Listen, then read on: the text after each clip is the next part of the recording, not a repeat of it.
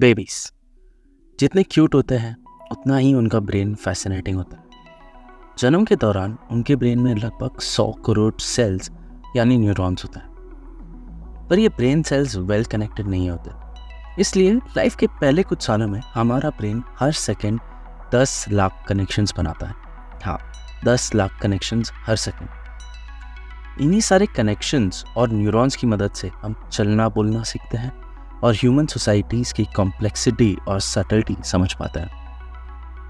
ये प्रोसेस इतना रैपिड होता है कि 5 साल की उम्र तक 90% ब्रेन डेवलपमेंट पूरी हो जाती है, पर ऑलमोस्ट 25 की उम्र तक ब्रेन में मेजर चेंजेस होते रहते हैं जो हमें लाइफ लॉन्ग इम्पैक्ट करता है। पर ये ब्रेन डेवलपमेंट का प्रोसेस काफ़ी सेंसिटिव होता है। इसे सक्सेसफुली पूरा होने के लिए लगता है nutrition, emotional support, mental stimulation और हाँ, क्लीन एयर। आखिर जब बच्चे पॉल्यूटेड हवा ब्रीथ करते हैं तो उसका उनके ब्रेन्स पर क्या असर पड़ता है? इसी सवाल का जवाब ढूंढने निकल पड़े 2017 में बार्सिलोना के कुछ साइंटिस्ट। उन्होंने प्राइमरी स्कूल के बच्चों को 3.5 सालों तक फॉलो किया, ये जानने के लिए कि उनका ब्रेन कैसे डेवलप होता है और एयर पोल्यूशन का उस पर क्या असर पड़ता है। स्पेसिफिकली उन्होंने मेजर की उन बच्चों की वर्किंग मेमोरी। ओके, एक साइड नोट देखते हैं। वर्किंग मेमोरी क्या होती है? वर्किंग मेमोरी हमारे माइंड की वो एबिलिटी होती है जो हमें एक साथ कई चीज़ों के बारे में सोचने में मदद करती है।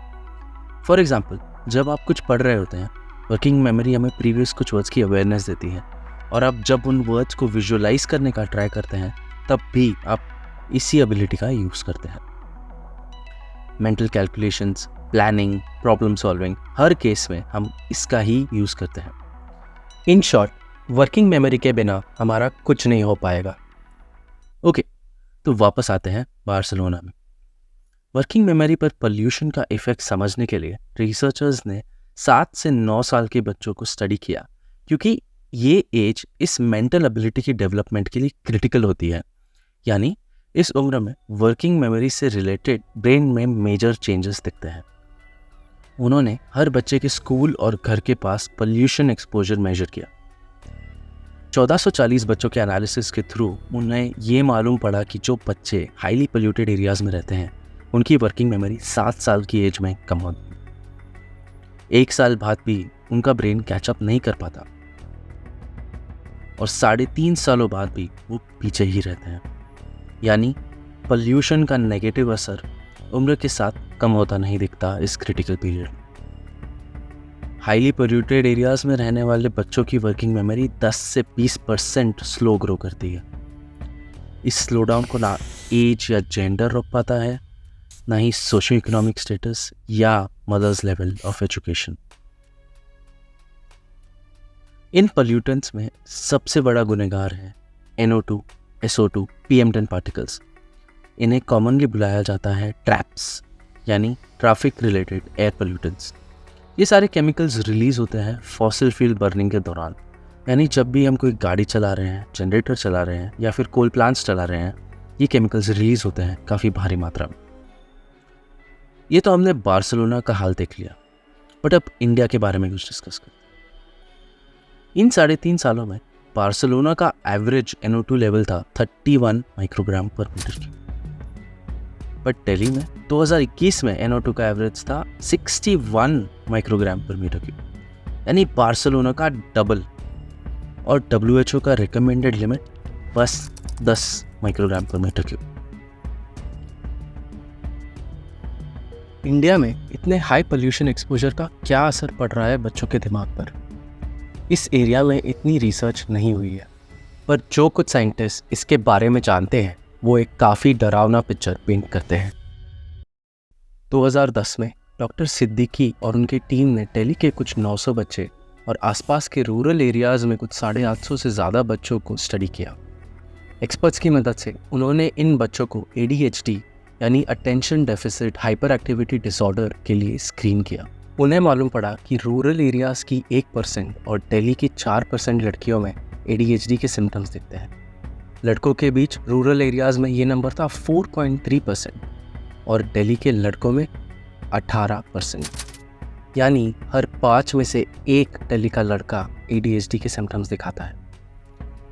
ADHD लड़कों में ज़्यादा दिखना इतना सरप्राइजिंग नहीं है, ये काफ़ी कॉमनली ऑब्जर्व फिनोमेना है। सरप्राइजिंग ये है कि ये नंबर इतना ज़्यादा है।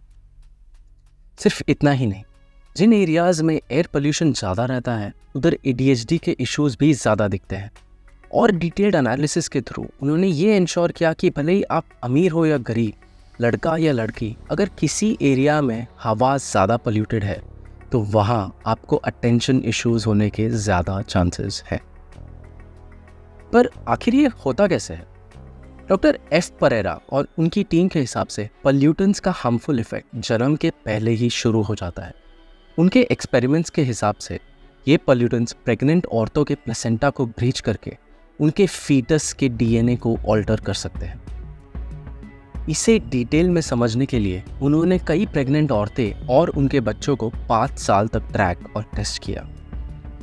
उन्हें मालूम पड़ा कि जो औरतें प्रेगनेंसी के टाइम हाईली पोल्यूटेड एरियाज में रहती थी, उनके बच्चे 5 साल की उम्र में रिड्यूस्ड IQ और स्लोअर इंफॉर्मेशन प्रोसेसिंग दिखाते हैं। ये स्टडीज़ उन्होंने 3 कॉन्टिनेंट्स और हज़ारों बच्चों पर की। पोलैंड के क्रकाओ में, USA के न्यूयॉर्क सिटी में और चाइना के चोंगकिंग सिटी में। हर जगह उन्हें सेम ही चीज़ दिखी। जहाँ पोल्यूशन ज़्यादा रहता है वहाँ के बच्चों का ब्रेन डेवलपमेंट स्लो हो जाता है। इतना ही नहीं, इन बच्चों में कई मेंटल हेल्थ इश्यूज़ जैसे एंजाइटी, डिप्रेशन और पुअर इमोशन रेगुलेशन जैसे एंगर इश्यूज़ भी ज़्यादा दिखते हैं। इन बच्चों के ब्रेन रीजन्स के बीच की कनेक्टिविटी कम रहती है, यहाँ तक कि इनके ब्रेन का वाइट मैटर भी कम हो जाता है। वाइट मैटर हमारे ब्रेन सेल्स को एक दूसरे से कम्युनिकेट करने में हेल्प करता है। यही रिड्यूस्ड वाइट मैटर एसोसिएटेड है स्लोअर इंफॉर्मेशन प्रोसेसिंग स्पीड के साथ।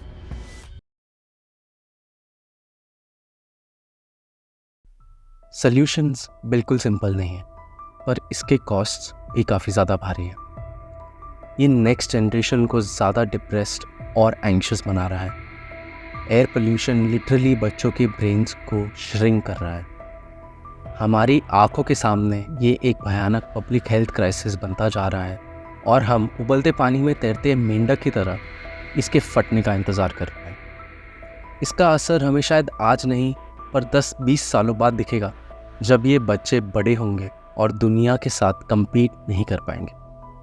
क्योंकि एक बात बिल्कुल क्लियर है, एयर पोल्यूशन हमारे सोचने की कैपेसिटी का गला घोट रहा है।